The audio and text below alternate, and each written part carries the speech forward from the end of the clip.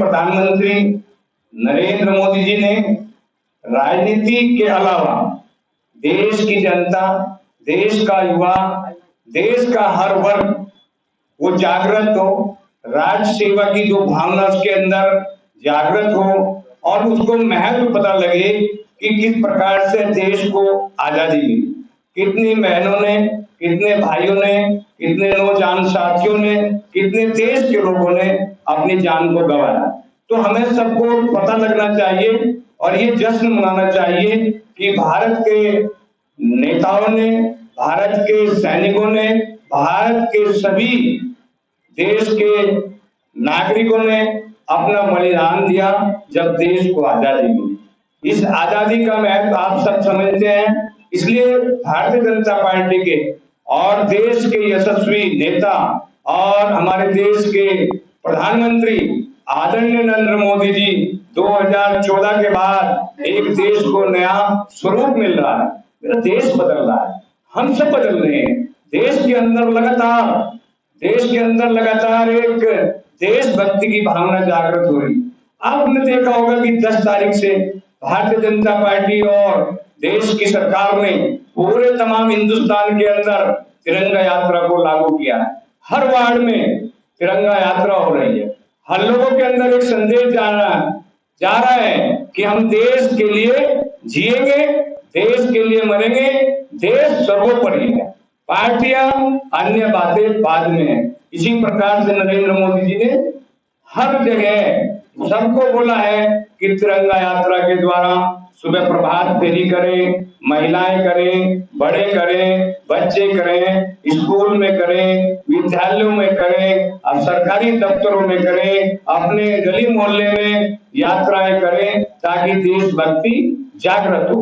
उसी के तहत हमारे नवीन शादरा जिले में भी बराबर कल हमने 10 जगहों पर तिरंगा यात्रा को किया है, जिसमें 200, 250, 300 लोगों ने वार्ड में जो है हिस्सा लिया है और सबको घर घर जाकर के उसमें डीजे भी रखा गया है, उसमें देशभक्ति के गाने गाए हैं और सभी हमारे कार्यकर्ता बड़े उत्साह जोश के साथ देश के स्वाभिमान को, देश की संस्कृति को, देश के स्वाभिमान को आगे बढ़ाने के लिए काम कर रहे हैं।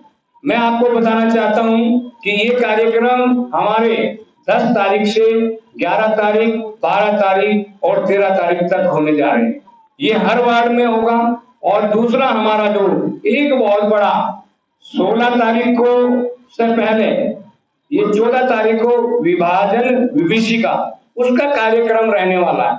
उसका कार्यक्रम रहने का पहले अन्य सरकारें आई और चली गई, लेकिन किसी भी सरकार ने ये ध्यान नहीं दिया कि 14 तारीख को विभाजन विभीषिका किस प्रकार से जो देश के अंदर एक कोहराम मचा था, देश के अंदर एक विभाजन हुआ था, देश 2 भागों में बटा था और वो करुणा को, उस चीज को, उस दर्द को छिपाया जा रहा था। लेकिन देश के प्रधानमंत्री नरेंद्र मोदी जी ने कि जिस प्रकार से इस आत्म जो कथा हुई, देश के साथ में जो घटना हुई, उसको बताने के लिए, जो नई जनरेशन है उसको बताने के लिए ये विभाजन विभीषिका कार्यक्रम किया जा रहा है।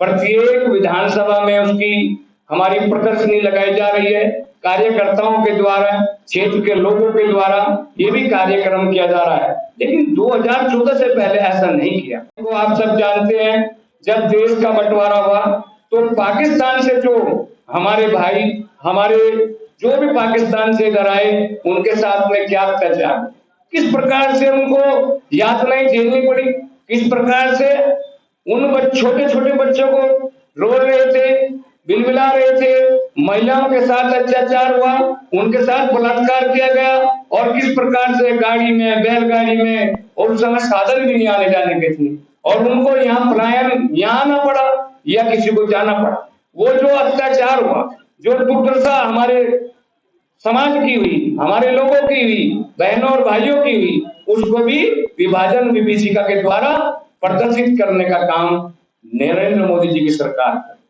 इसी प्रकार से हमारे अनेक कार्यक्रम अभी होने वाले हैं। आप सबको छोटे से विषय में मैंने ये बताया है। जब से दिल्ली के अंदर भारतीय जनता पार्टी की सरकार आई है और हमारी यशस्वी और कर्मठ युवा नेता श्रीमती रेखा गुप्ता एक के बाद एक नए काम कर रही है। स्वच्छता के लिए काम करना शुरू किया।